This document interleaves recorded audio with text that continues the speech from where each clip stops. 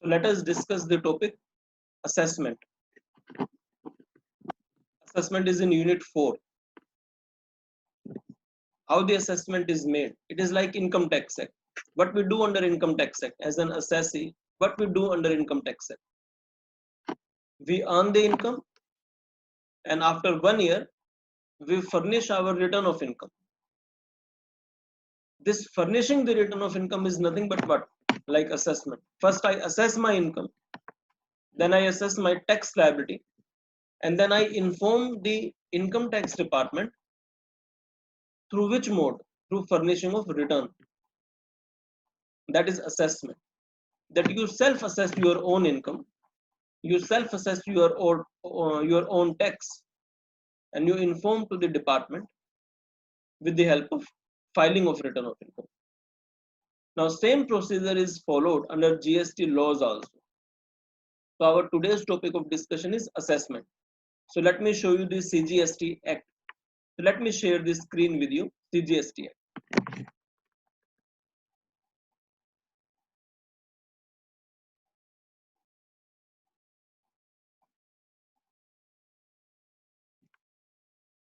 I hope you can see this screen.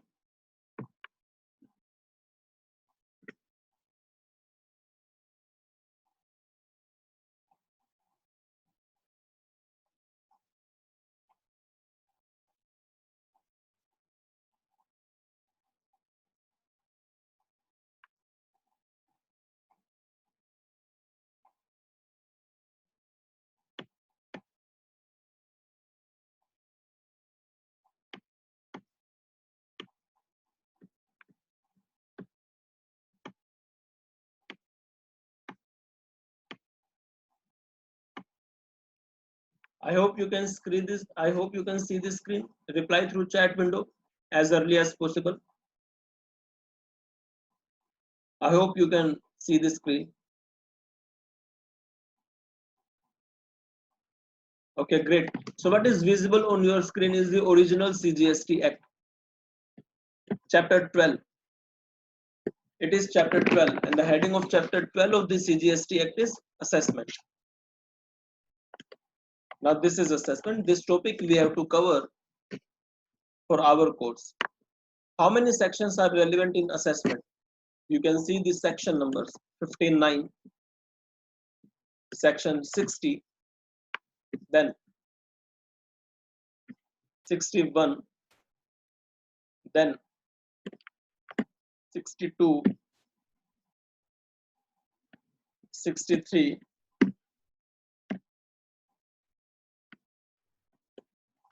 64. That's it. So we have to basically cover 6 sections in the assessment: section 59, 60, 61, 62, 63, and 64. After this, our new topic will start audit. So for the timing, let us start doing assessment. So I am showing this act in simplified language. So I will share another screen now with you. I simply wanted to show you the original act so that you know that what we are covering. We are covering the topic of assessment. Let me share this simplified language. Another screen.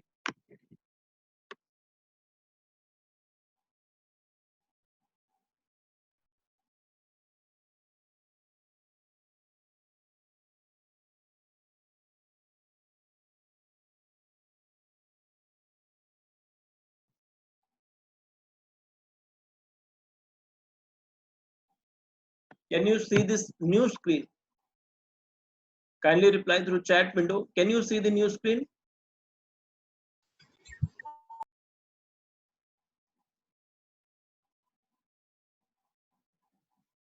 Hurry up, kindly reply through this chat window. Can you see the new screen?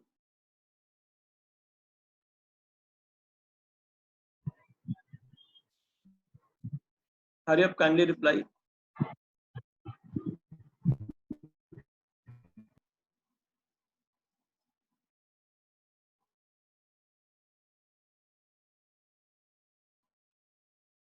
Okay, now let us see this topic, assessment and audit. For the timing, I will discuss only assessment.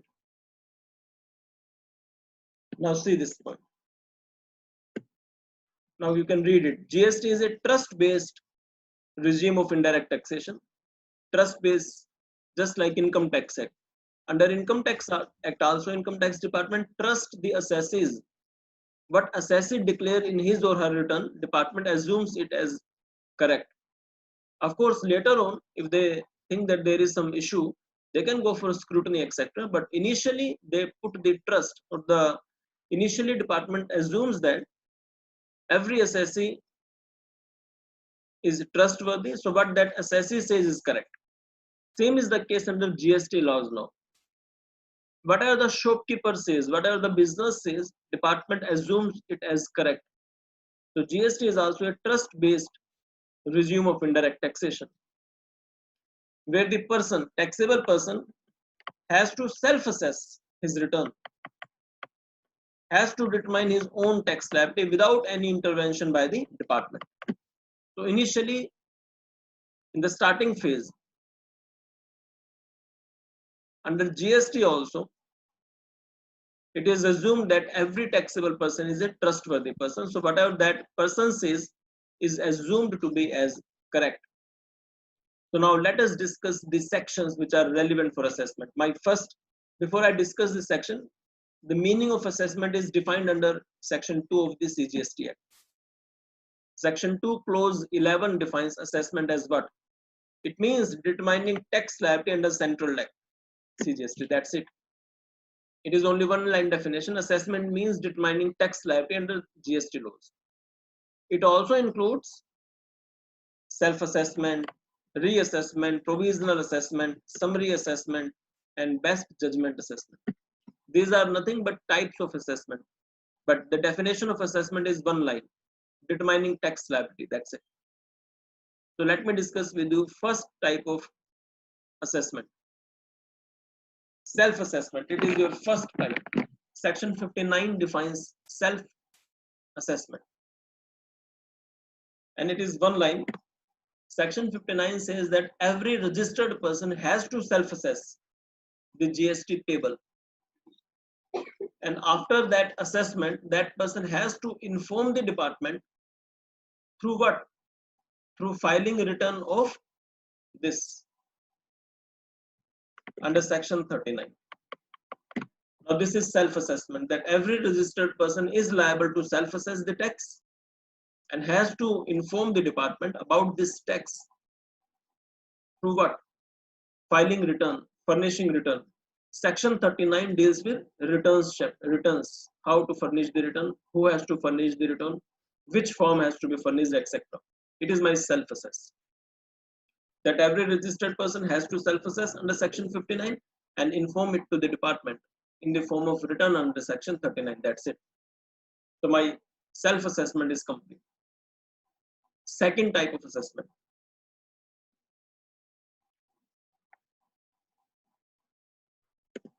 Provisional assessment, Section 60. Provisional. That means not confirmed but provisional. Now, when any registered person is not in a position to self-assess the tax liability, he can request the department.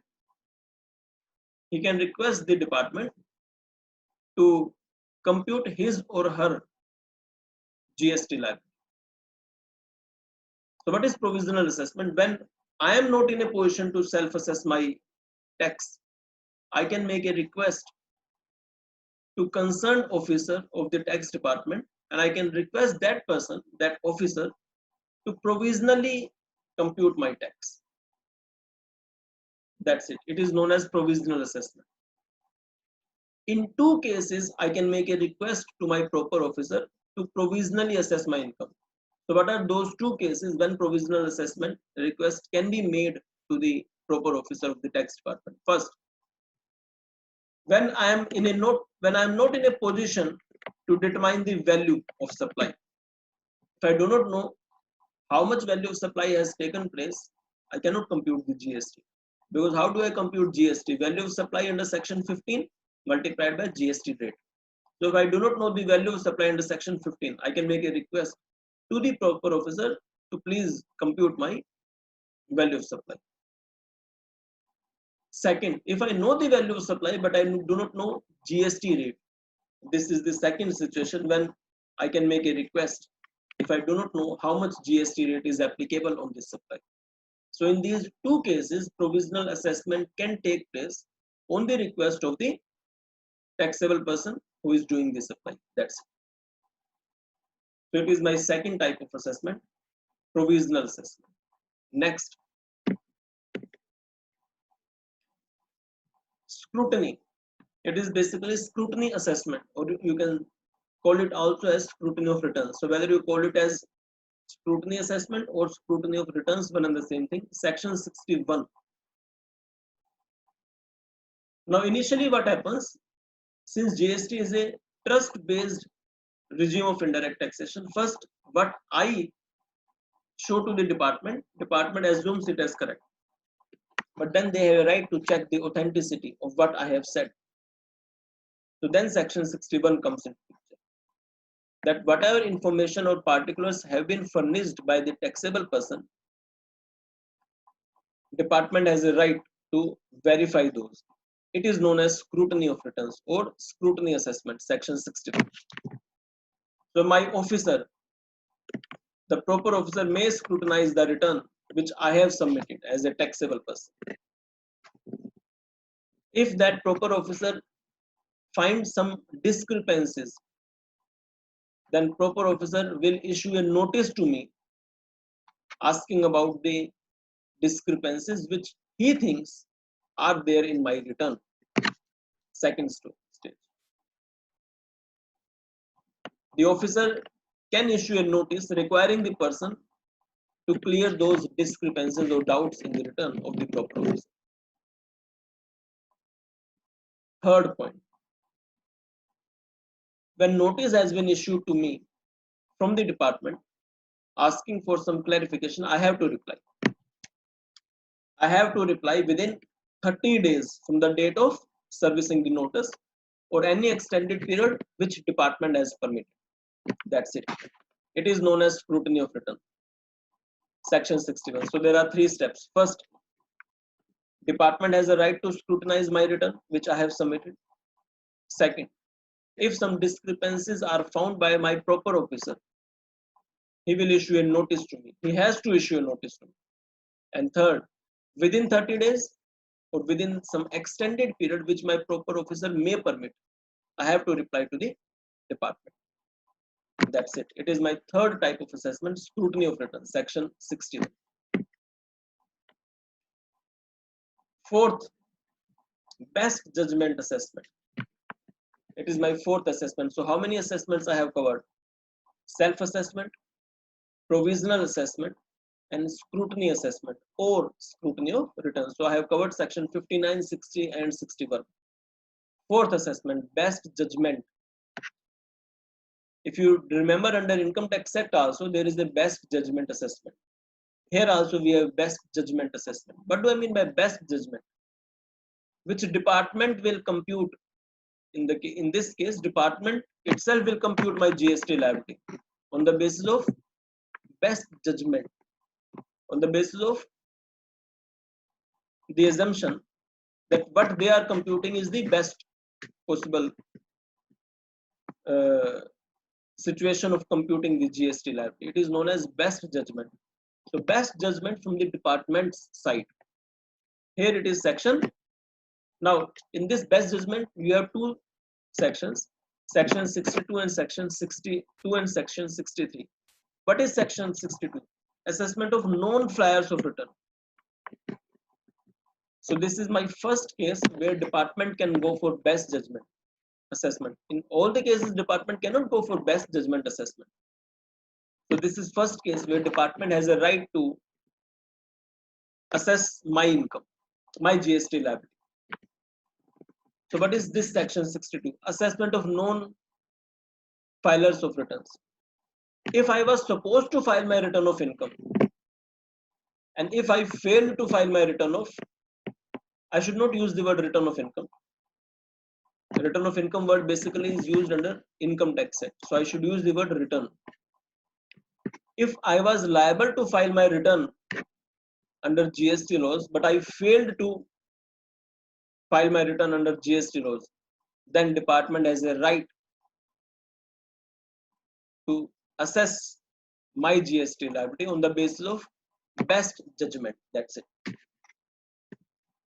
So where any person fails to furnish the return under section 39, 45 or any other thing, for your level you simply remember when I was supposed to file my return but I failed in filing my return.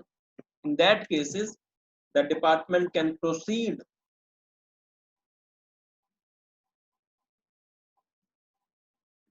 to assess my tax liability, my GST liability on the basis of best judgment. That's it. And when any officer of the department goes for this best judgment, he has 5 years. He has 5 years time limit to go for this best judgment. If 5 years elapse, then department, even if I failed in furnishing my return, after 5 years, department cannot compel me to furnish my return. Department cannot compute my return on the basis of their best judgment after 5 years. 5 years from what? 5 years from the date specified under section 44. So at this point you should learn 5 years from the date specified under section 44 for furnishing the annual return of the year to which the tax is not paid relates. Let me explain you with the help of an example. See this illustration. See this. If a person defaults in filing the return of any tax period falling in financial year 18-19. Now 18-19 means April 18 till 31st March 19. Do you know the due date of furnishing of annual return of 18-19? It is always 31st December. So if the year is 18-19, then the last date of filing annual return of 18-19 is 31st December 19. If I was supposed to file my return of the financial year 18-19, but I failed, I didn't file my return till 31st December 19, then what can happen? Department or the proper officer can proceed to compute my assessment on the basis of his or her best judgment. And what is the maximum time limit? What is the maximum date, last date, till which my officer can do best judgment? It is 5 years from the end of the date when I was supposed to file my annual return. So if the year is 18-19, the last date of annual return of 18-19 is 31st December 19. You add 5 years in that date. And it becomes what? The period of 5 years will start from 31st December 19, which is due date. And the best judgment last date can be maximum 31st December 2024. After 31st December 2024, even if I couldn't file my return of the 18-19 financial year, department after 31st December 2024 cannot do best judgment assessment for me for my financial year 18-19. It is known as best judgment first case, when all those people who had to file their return have not filed. Under section 62, in those situations, department can proceed to assess their income or assess their return, assess their GST liability on the basis of best judgment. Second case, when best judgment assessment can go, unregistered persons. It is section 63. What is this situation? When I was supposed to take registration, do you remember registration? Very easy case. If my aggregate turnover exceeds 10 lakh or 20 lakh, depending upon the state where I am doing business. If I was liable to take registration, but I failed in taking registration, then department will proceed. Department can proceed to do my best judgment assessment. And the time limit is also same here. 5 years, that's it. That's it. So same situation, same illustration. Language is different. If the liability of a person to take registration arises at any time in the financial year 18-19, Why? Because maybe his turnover exceeded 10 lakh or 20 lakh, as the case may be. The period of 5 years will start from 31st December 19. That is the due date of filing return of that 18-19 financial. So here also the last date by which department can do best judgment assessment is 31st December 2020.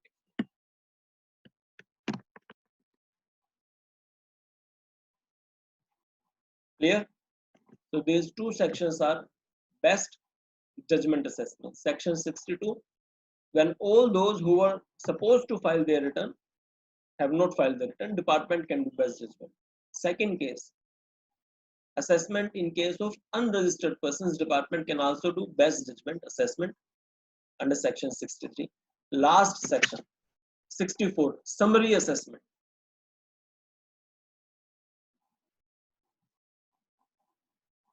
Summary assessment.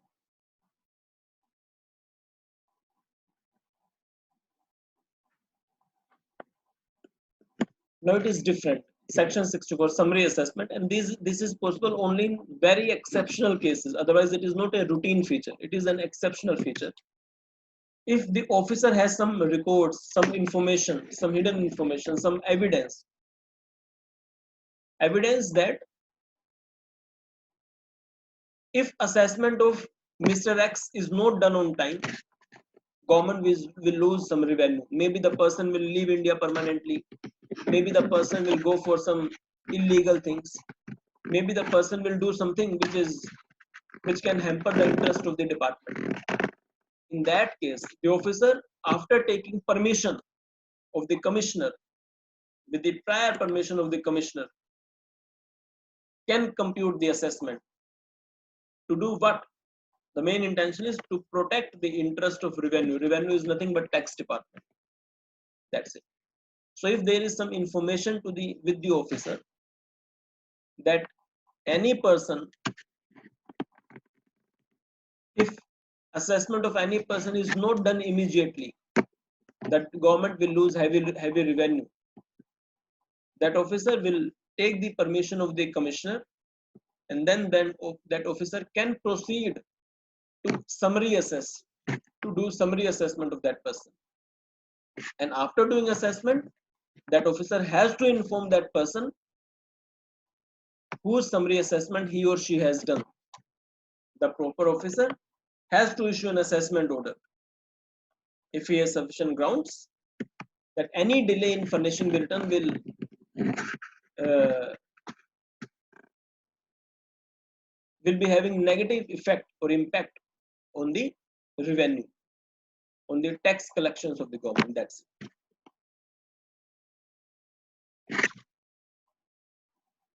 Now it is very simple example, deemed to be liable to pay tax. Now for example, I am a supplier and I have sold goods of 200 crore rupees from Delhi to Maharashtra. Now goods are to be transported in truck. Now suppose goods are available with the transporter. Now technically whose goods are these? These are my goods. But right now till these goods reach Maharashtra, these are under whose custody? These are under the custody of the transporter. Now what can happen in summary assessment? This transporter will be deemed to be the person who is the owner of these goods under summary assessment. Read it. Where the taxable person to whom the liability pertains is not ascertainable, and such liability is related to supply of goods. Suppose I have sold the goods of 200 crore rupees, but it is not possible for the department to determine my tax liability. Since the supply of goods is taking place, then the person in charge of such goods, so who is the person in charge of such goods? Not me right now, transporter. That person has to be deemed to be the taxable person liable to be assessed. So summary assessment will be done for that transporter. Transporter has to pay that tax. Of course, the transporter will later on demand that tax from me. But for the time being, the person with whom the goods are available, the goods can be confiscated. So government make sure that if summary assessment is done for me, for example me, and I have done some supply of goods, then whosoever is the in charge of those goods for the time being, that person will be deemed to be the person who has to pay tax to the government of India based on summary assessment of mine. That's it. Illustration. Where goods are transported, when goods are under transportation or or stored in a warehouse, and the taxable person in respect of such goods cannot be ascertained.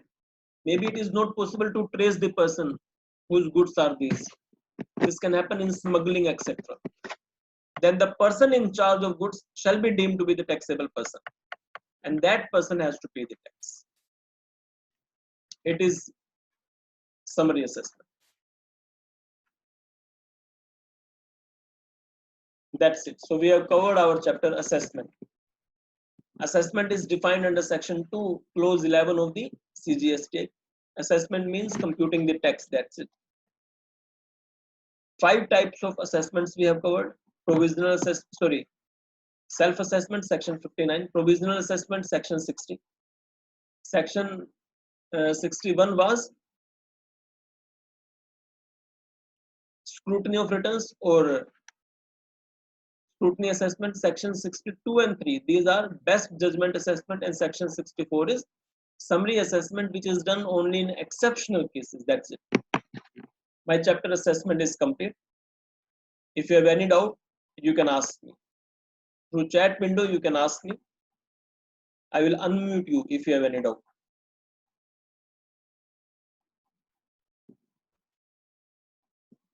Okay, one doubt has come, that what is best judgment assessment in case of unregistered person?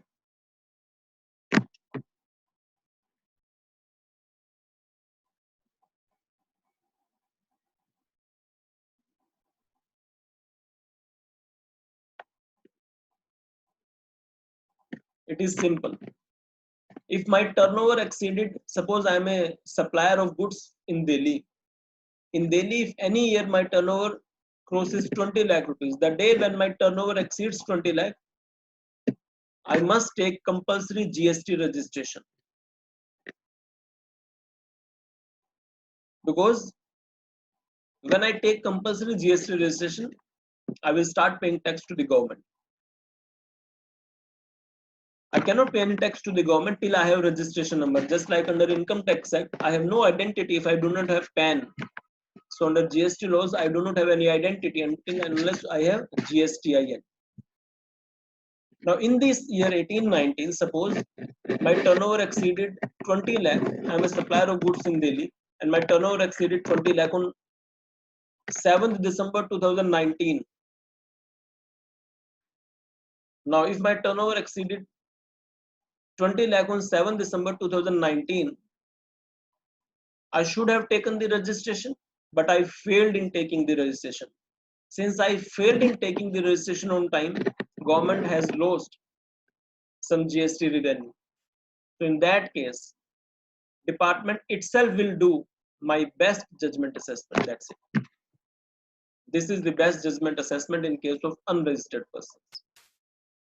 You can read this point later on if you have any problem. Now one more doubt has come, that the threshold limit has exceeded to 40 lakh as per amendment in section 22. Yes, but these amendments are applicable from 1st Jan 2020. We are covering the provisions till 31st December 2019 because our session started on the morning of 1st Jan 20. So logically, I should not cover those amendments which took place on 1st Jan 2020. That's it. In some of the books, you will find those amendments which have taken place even on 1st Jan 20. Now my thinking says that we should not cover the topic or amendments which have been done on 1st Jan 20. Because on 1st Jan 20 our session started. So logically I should cover all those amendments which took place before this starting date. That's it. Otherwise it's your choice. You can refer those books. You can go with 20 lakh limit also. But in that 20 lakh ceiling, there is a condition also that you are engaged in exclusively supply of goods. That means not services. Any doubt?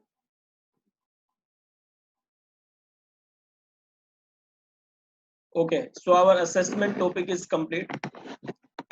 I'll come back after 5 to 10 minutes because the lecture will be automatically saved. And in saving the recording automatically, it will take 5 minutes. Then I will discuss with you in 5 to 10 minutes open book examination, how you should attempt, what points to be taken care of under open book examination.